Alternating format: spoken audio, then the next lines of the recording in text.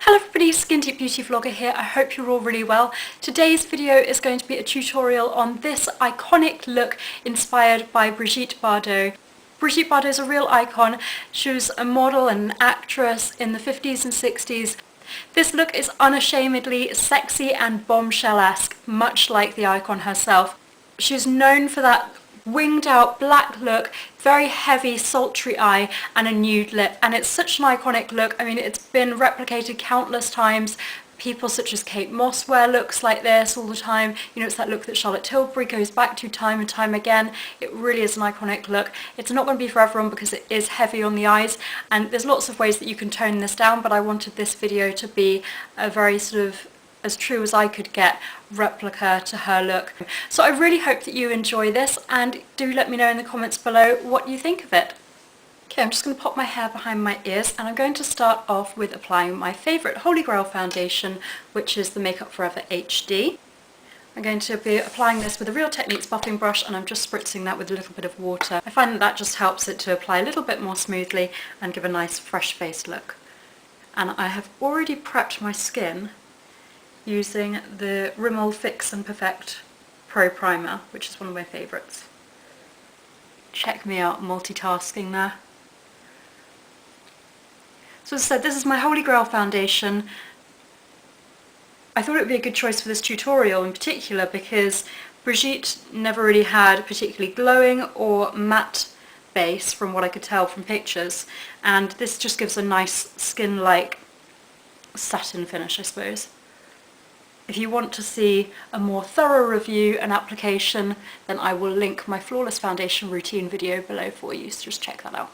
Next I'm going to use the Kat Von D Lock It Tattoo Concealer just to go in and conceal a couple of blemishes.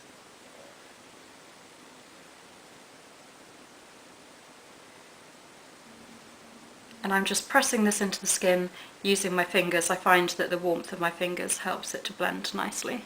Next I'm going to prime the eyelids. I'm going to be using the Urban Decay Eyeshadow Primer Potion, just the original one. Mine is still in the old packaging because I bought so many backups because I love this. And I'm just blending that out using my ring finger. I also like to hit this underneath the eyes because I find that that helps to prevent my concealer creasing. And I'm going to be using a brightening concealer. This is my favourite Rimmel Wake Me Up. Again, I have done a full sort of how I disguise under eye circles video, which I will link for you below. I'm going to be using a cream blush, so I'm going to apply that now. This is the NYX Stick Blush in Hibiscus. I'm just going to apply it directly from the tube and then blend it in with my fingers. And now that I've finished with the cream products on my base, I'm just going to apply a light dusting of the Nye Banana Powder. And I'm applying this using a Sigma powder brush. I'm going to leave it there now for base, but I'm going to go back in at the end and bronze up my skin, but I wanted to move on to eyes. Firstly, brows. Now I'm just going to brush through them with a spoolie, and Brigitte's brows were probably a little bit less full than mine. They were more straight across, slight arch, and obviously lighter because she was blonde. I'm just going to fill them in very lightly. I've tried to sort of straighten them out a little bit. I'm going to be using the Maybelline Definer Brow, which I really like. I think mine's in the shade medium brown. Yes. I don't believe you can get this in the UK.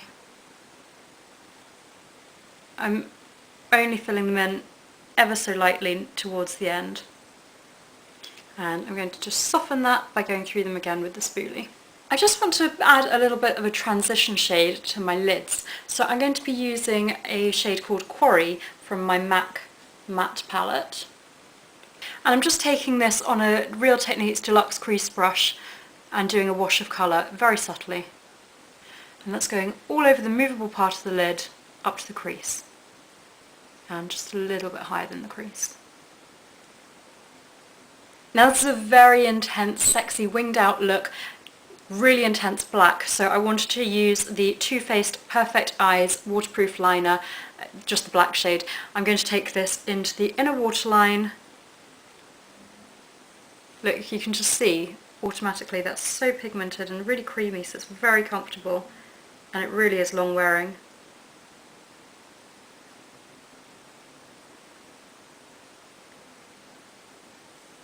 You don't need to be too precise with this because it's going to be smudged out around the eye anyway.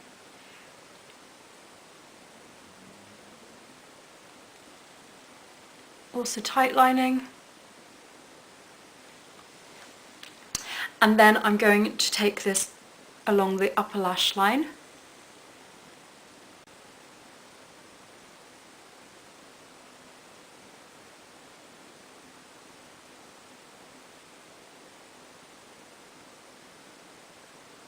Just lightly. We're probably going to go back in with this and intensify it later on anyway. And then I'm going to take it out into a wing. And the reason that I wanted to do this using the pencil was just to have a little bit more control, it's a bit more precise. Her wing was quite straight across.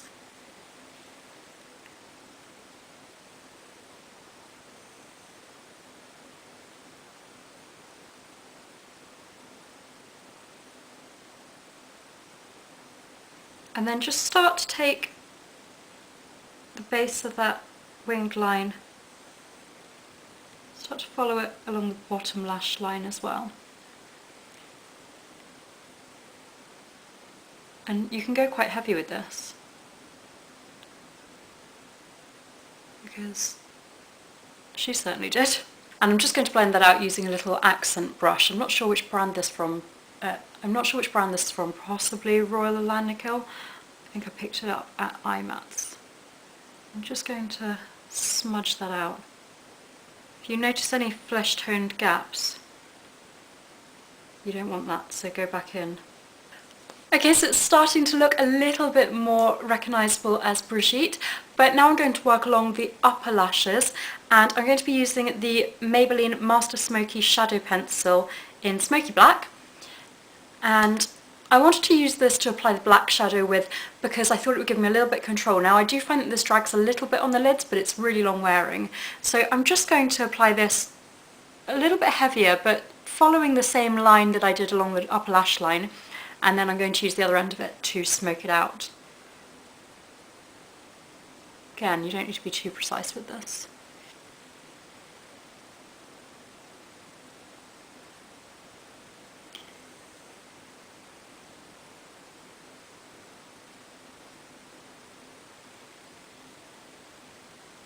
I'm even following that to the wing as well.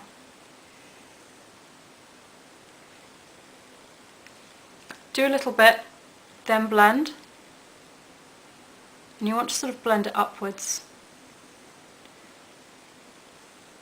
Okay, so you can see there that it's having a graduated effect. And the trick to this look really is to keep blending. I'm going to go back in again, following exactly the same line.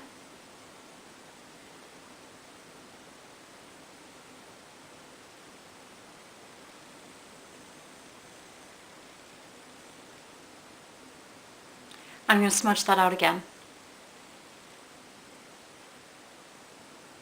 Next, go back with the Too Faced liner or whichever black liner you've decided to use, and just make sure that you get as close to the lashes as possible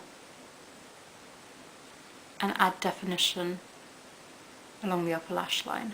Now, as I mentioned before, Brigitte's skin didn't really seem to have much of a highlight, but there was a very subtle highlight under the brow bone, so I'm just going to use from the Lorac Pro Palette the cream shade, which is a matte one, and I'm actually just going to apply this very lightly with my fingers just under the brow bone, or on the brow bone underneath the brow. Now this is a very intense black look, and so you don't want your lashes to get lost. So I'm going to be applying falsies. I'm going to be using the Ardell Demi Wispies Natural Style with my favourite DuoLash glue.